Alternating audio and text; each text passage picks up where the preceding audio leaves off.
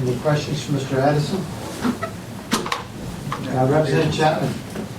Yes, thank you, Mr. Chair, and thank you for your testimony. Just a clarification, I'm wondering, either now or at the work session, if the potential consequences that you mentioned, and presumably those would be negative consequences, if you could bring them to light, that would be very helpful, if, as I say, either now or at the work session.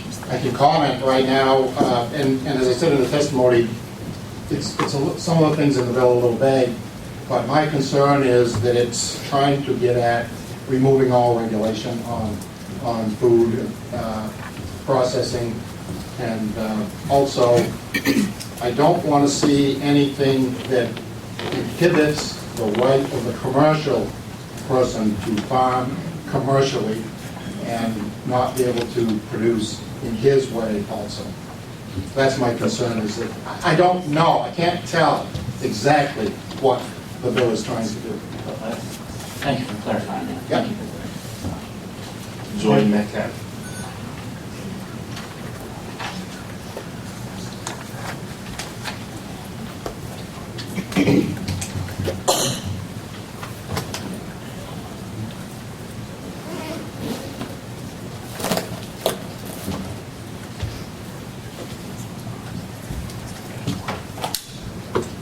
Welcome, Joy.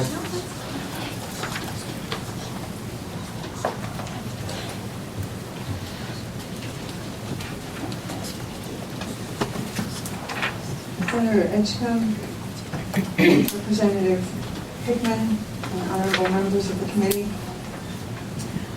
I'd like to address you in support of LD 783.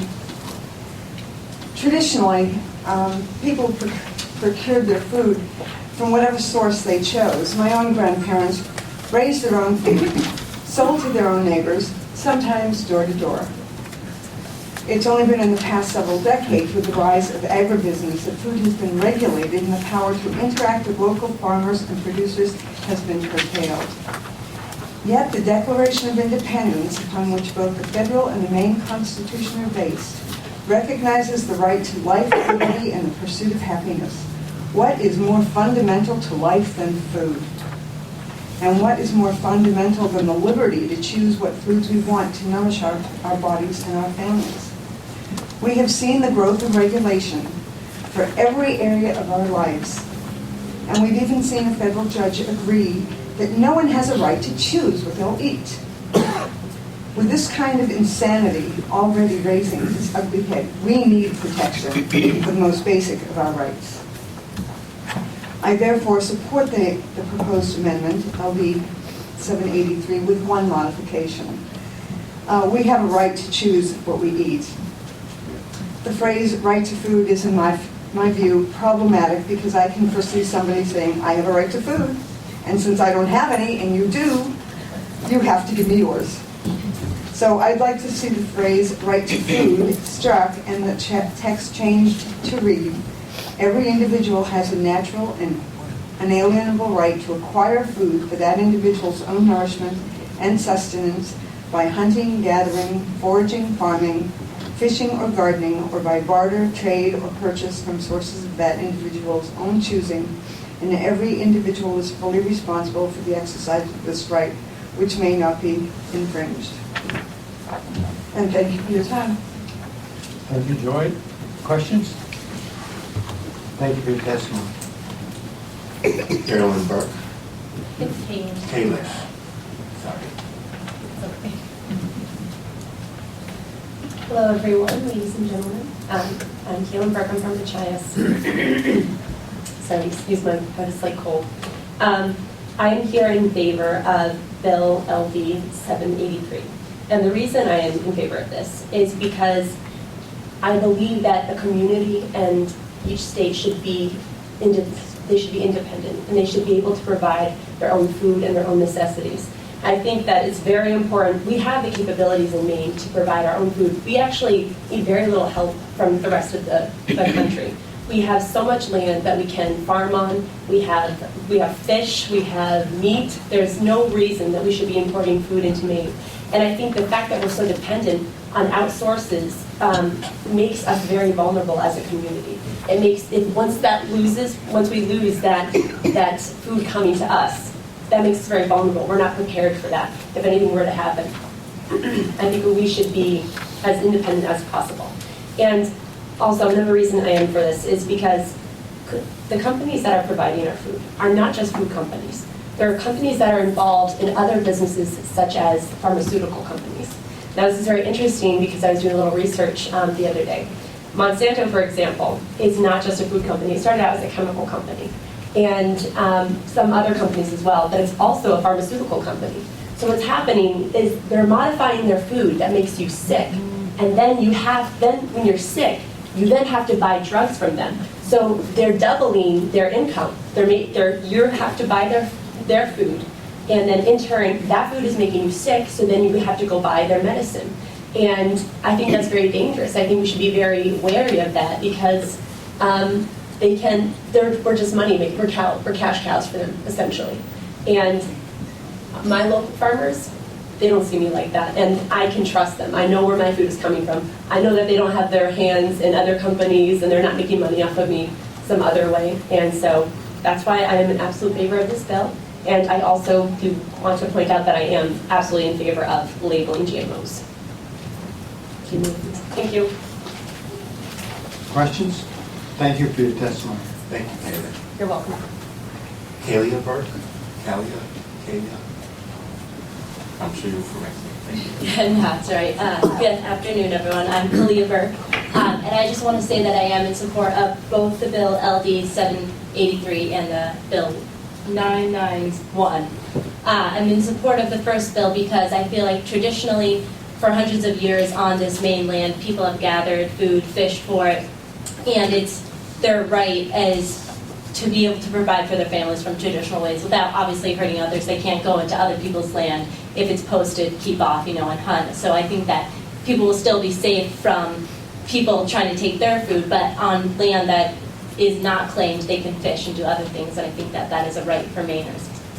I also am in support of 991 because I think that Maine should take the step forward and not wait on other states to provide the necessary things for their citizens to be able to choose the food that they want to eat. If they feel that GMOs are a threat to their health, then I feel like the food should be labeled and they should have the right to be able to choose that.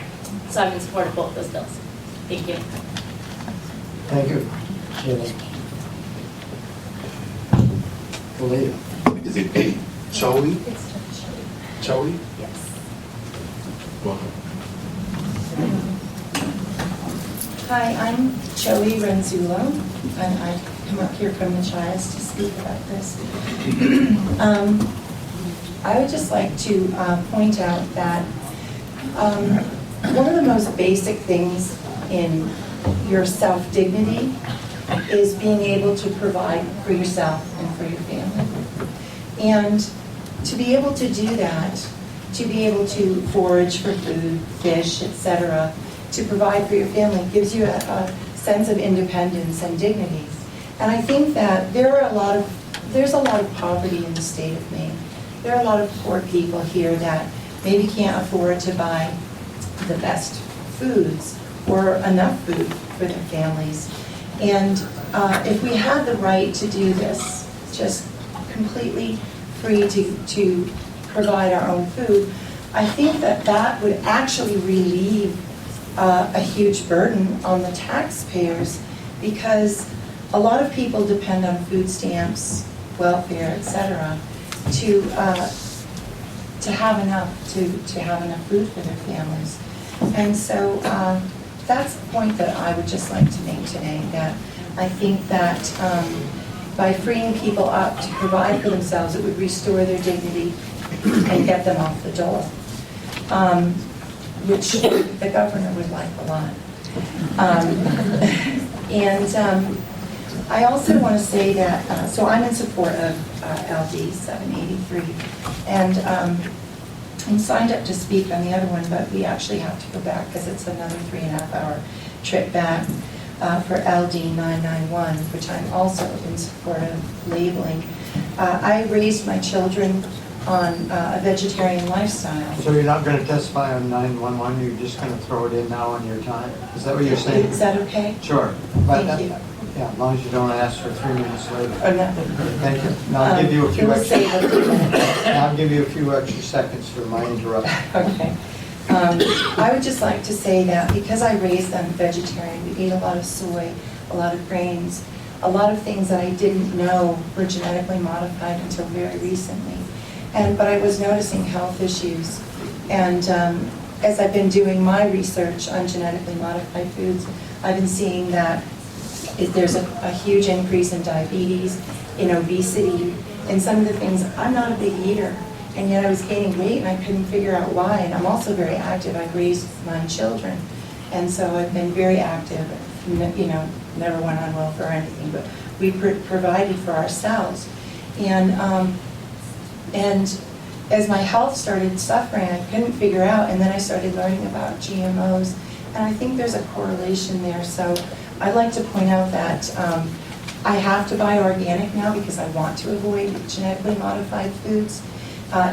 Organic foods are more expensive for us, and so I would like the labeling because then I can choose to not eat those, and I know which ones are. Okay. Thank you, Joey. Any questions? Seeing none, thank you for your testimony. And what that does is completes our list. But is there anyone here though that wanted to testify?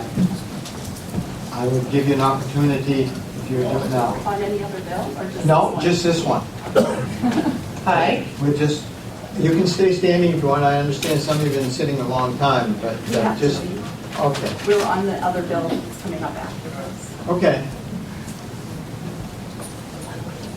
Are these students and? Yes, they're students from Searsburg District Middle School, and we were here to speak on the GMO. Say that again? We're from Searsburg District Middle School, and we're here to speak on the GMO labeling. Are you coming back or? We can't. We have to catch a bus. Well, that was really nice to bring. It's nice to see students here, and thank you for doing And they're it. going to lead their speeches. Oh, great. They do it on the speech. Great. All right, thank We'll you. be sure to do that, because we're always interested in how young people feel about something They're that doing they... research on genetically modified organisms, and they wanted to come and hear about the bill. Well, we want to hear that, because they're certainly going to be around a lot longer than I am. They're going to love their speech. Thank you. Thank you. Sorry to walk out in the middle. It's all right. And give us your name, sir. Yes, my name is Chris Buchanan. I live in Belgrade, and I didn't prepare testimony today, but I was compelled to speak having listened to so many other testimonies in the other room. I appreciate the opportunity. I think that something I've been doing a lot during this legislative session is trying to make Maine more friendly for certain kinds of business and economic development.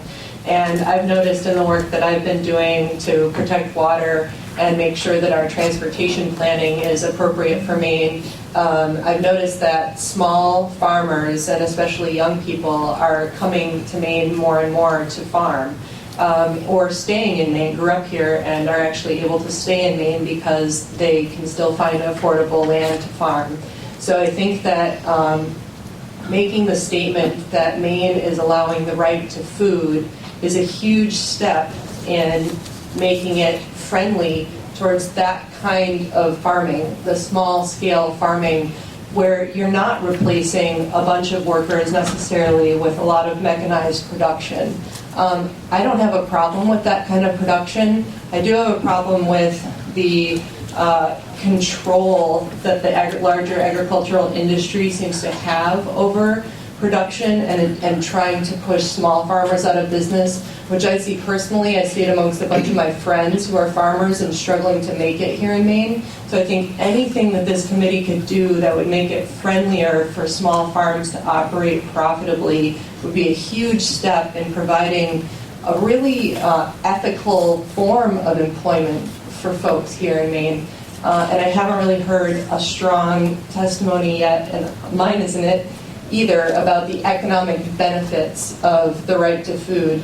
But I think that if I encourage this committee to look more into that and would be happy to find those resources. Okay. Thank you. Chris, any questions? Representative Maria. Thank you, Mr. Chair. Thank you for coming. I'm curious to know if you realize that the Land for Maine Future Bonds, the Maine Farmland Trust, other land trusts are buying conservation easements on farmland to keep them low priced. Are your folks taking advantage of that? Is it helping? That's what I want to know. I'm aware of those programs, and I think that they do help to a certain extent, but they're really limited in their scope. That's my answer. Thank you. Yes. Any further questions? Thank you for your testimony. I assume anyone else? Okay, we have one more, even anyone besides one more? Oh, we have 1, 2, 3. Okay, you're first.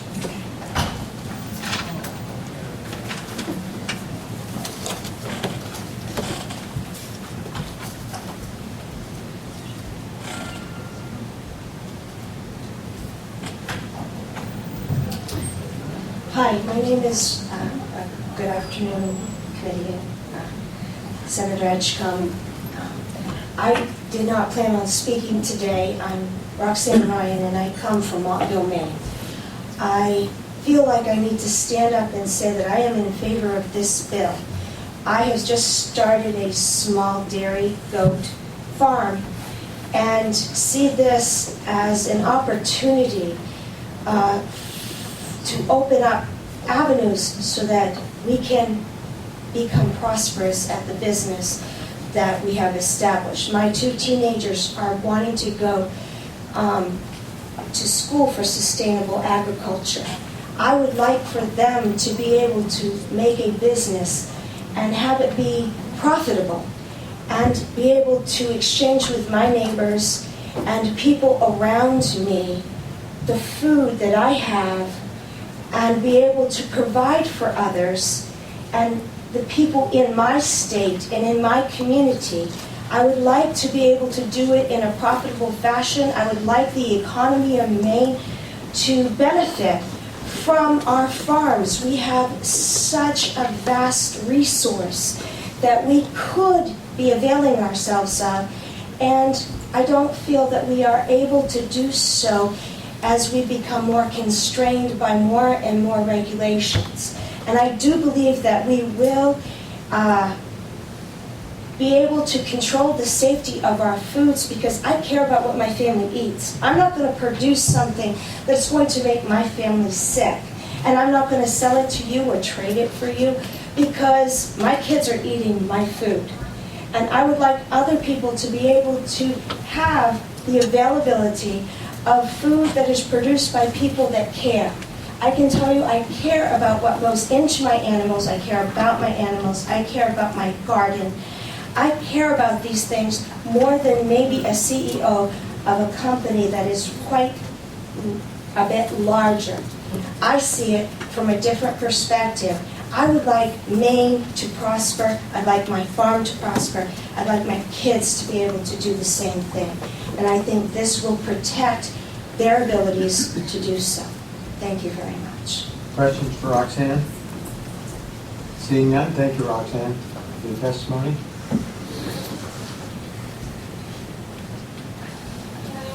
Yes, certainly. And then you're next. Oh, right over here, yes. I noticed that nobody mentioned. You gonna give us your name? Araya Tagan. I'm from Brooklyn, Maine. That starts with, spell it, please. ARAYATEGAN.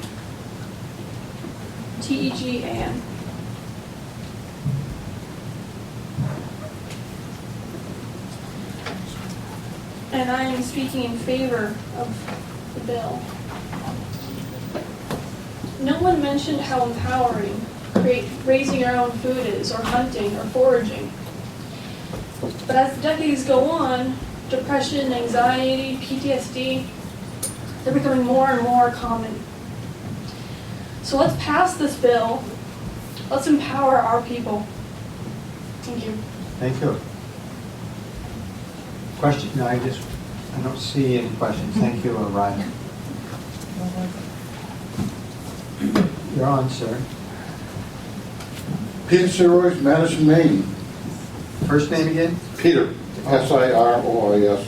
You can even say Silwack if you want to. I like your first name anyway. It's a very good name. It means the rock. You can call me Rocky. Okay. I'm not here speaking for or against the bill. I'm here to talk about what happens when the government controls the food. I've been eating food on this planet for 72 years and 30 days. Well, 72 years and 27 days. There was one day in Germany when I jumped ship, I was on the beach for a while and I ran out of food, and until I got another ship, I didn't eat for a day. So that's one of the days I didn't eat food. The other 2 days was when I was an infant. I was about maybe 40 days old.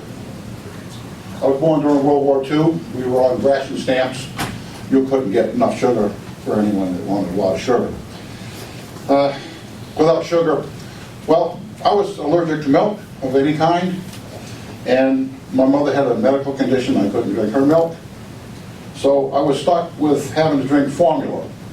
I don't know if many of you were around in 1943, but there was no formula then. You made your own with sugar and water. And we ran out of sugar stamps, so my mother went down to the town office and said, my son's going to die if we don't have some extra stamps. And the guy looked at her and said, lady, there's a war on. She was denied by the government, a local government, by the way. So my mother had to solve a problem. She went to see an Italian guy who was a black marketeer. He sold Caro Silver. And she told her story to him and begged that he would sell her some sugar. And he said, you can have all you want and you get it face value. He didn't mark it up for black market price. My mother had better dealings with a criminal. He was considered a criminal at the time, black marketeer, than our own government. And that's what government control does to our food. I'm only here today live because of a criminal, not the government. Thank you. Peter, I remember those days. I'm older than you are. Any questions, Peter? Thank you for stepping forward. I believe. No, okay. Anyone else? Because once I close the, okay, come forward, because once I hit the gavel, it's going to be closed and you won't have any more. So, welcome. And welcome. Thank you for everyone on the committee. My name is Abigail Chance. I'm from Portland, Maine.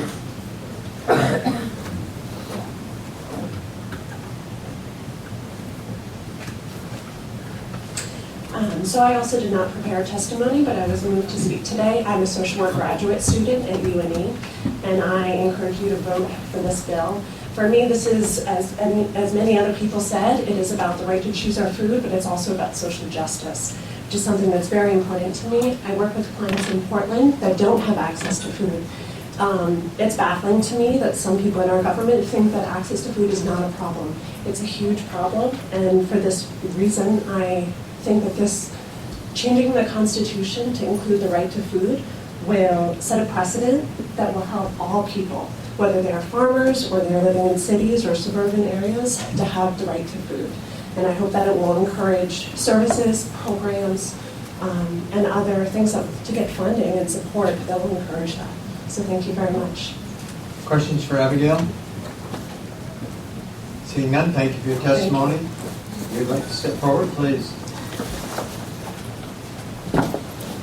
My name is Anna Sosi, and I'm from Lissaguch, Quebec. Did you say Erica? Anna Sosi. I didn't even get close there. I'm from Lissaguch, Quebec. It's a Micmac reservation, and when I was 16 years old, my uncle told me that there was no food in the community for several weeks, and they had to eat oatmeal. And that was my big point, and I realized that I wanted to grow food. And so I'm going to school at KDC, and I'm taking sustainable agriculture.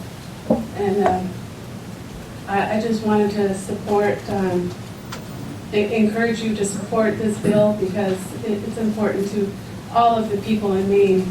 We all eat. It's our common denominator. And for the government to be in control like this, it could be detrimental for the people of Maine, your own people, your own future. So that's all I want to say. Thank you, Anna. Questions? Seeing none, thank you for stepping forward. Okay, last call. Okay, LD 783, the hearing is closed. Now, let me announce to you that we're going to take until 3:24.